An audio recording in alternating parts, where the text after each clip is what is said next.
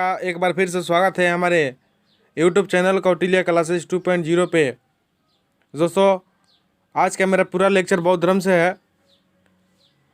मैं आशा करता हूँ कि आप मेरा पिछला वीडियो ज़रूर देखे होंगे।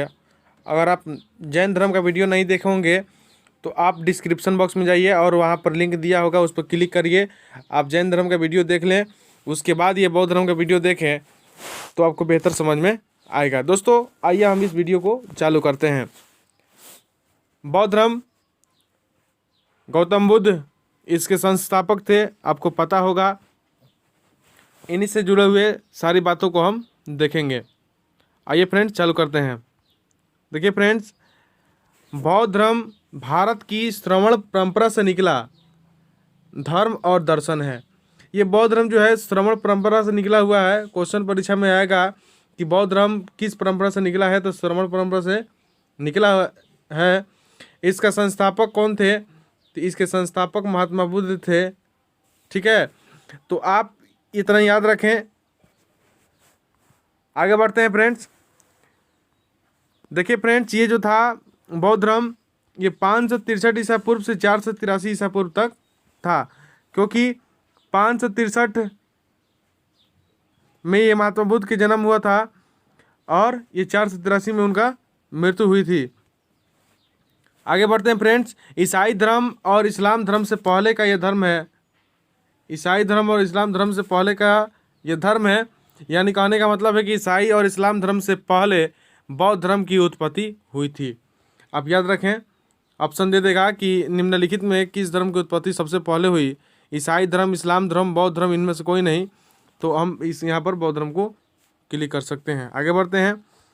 देखिए फ्रेंड्स, ये दोनों धर्मों के बाद ये दुनिया का तीसरा बड़ा धर्म था। इस धर्म को मानने वाले ज़्यादातर चीन, जापान, कोरिया,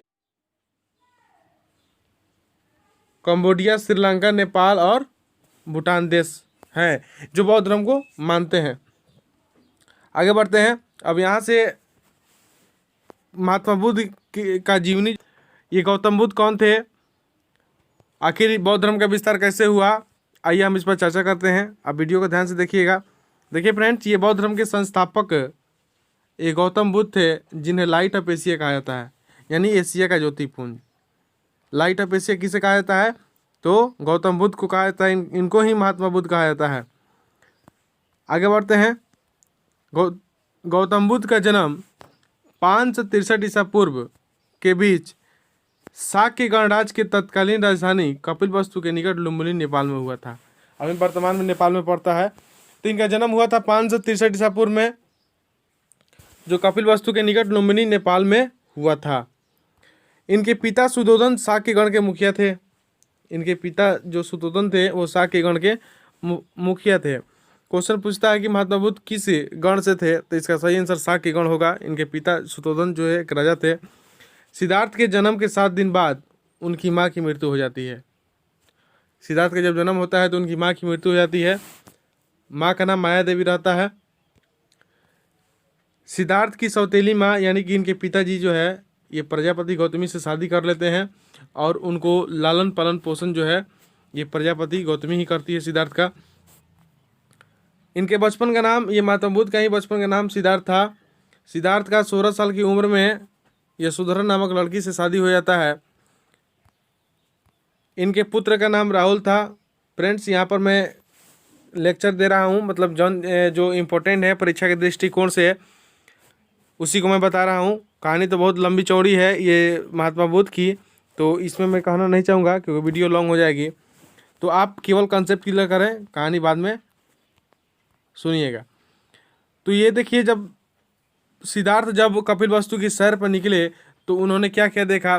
तो सिद्धार्थ जो है कपिलवस्तु की जब सैर पर निकले तो 4 चीज़ों को उन्होंने देखा।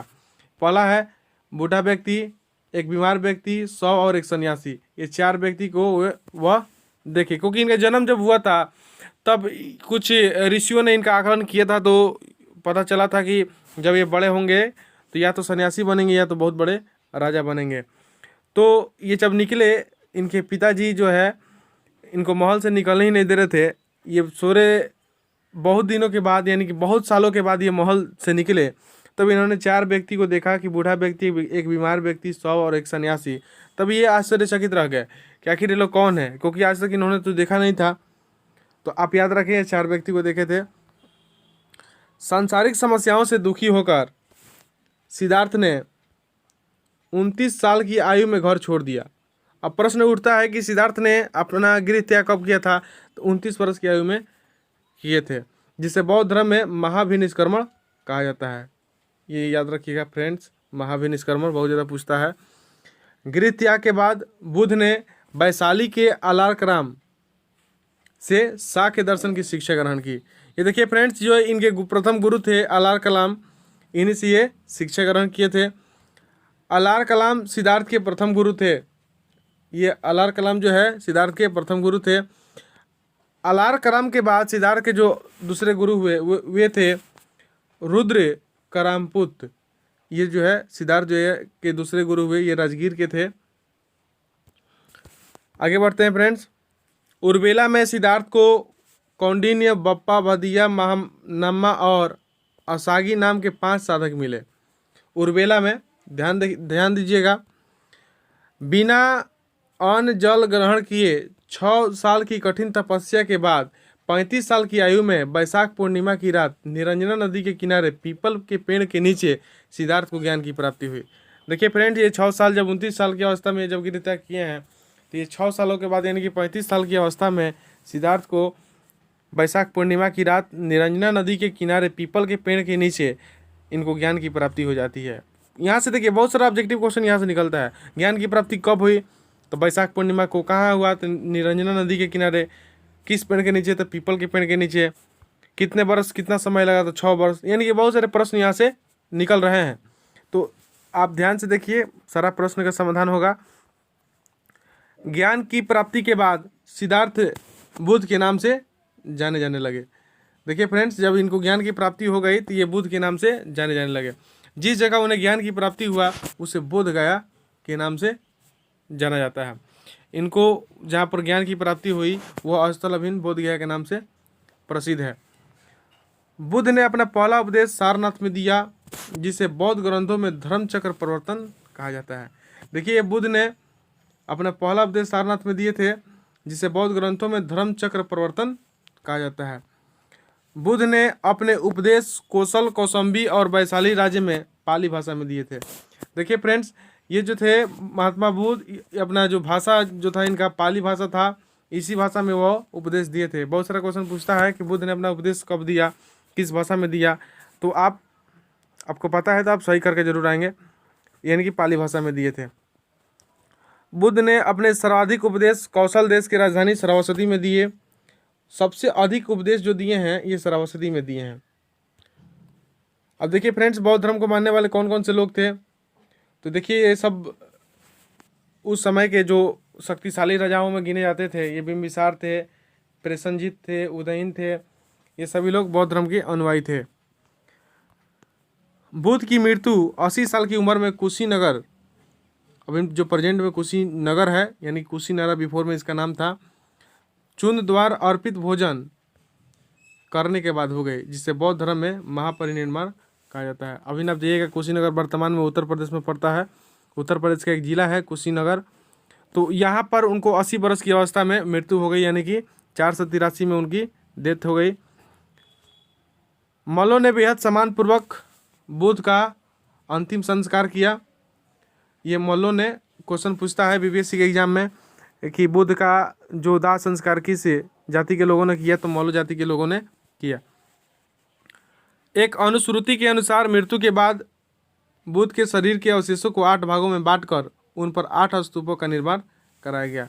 एक के मतलब अनुश्रुति के अनुसार यह बताया गया है कि जब इनकी मृत्यु हुई तो बुद्ध के शरीर को 8 अवशेषों में 8 भागों में बांटकर 8 स्तूपों का निर्माण कराया गया।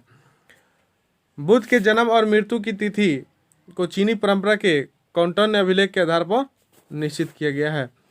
ये चीनी परंपरा के अनुसार कौंटन्य अभिलेख के आधार पर किया गया है। देखिए, हर एक लाइन से ऑब्जेक्टिव क्वेश्चन निकल रहे हैं। बौद्ध धर्म के बारे में हमें विशद ज्ञान पाली त्रिपिटक से प्राप्त होता है। ये त्रिपिटक से हम लोग को बौद्ध धर्म से ज्ञान प्राप्त होता है, त्रिपिटक से। आगे बढ़ते हैं। बौद्ध धर्म अनिश्वरवादी है और इसमें आत्मा की परिकल्पना भी नहीं है। बौद्ध धर्म में पुनर्जन्म की मान्यता है।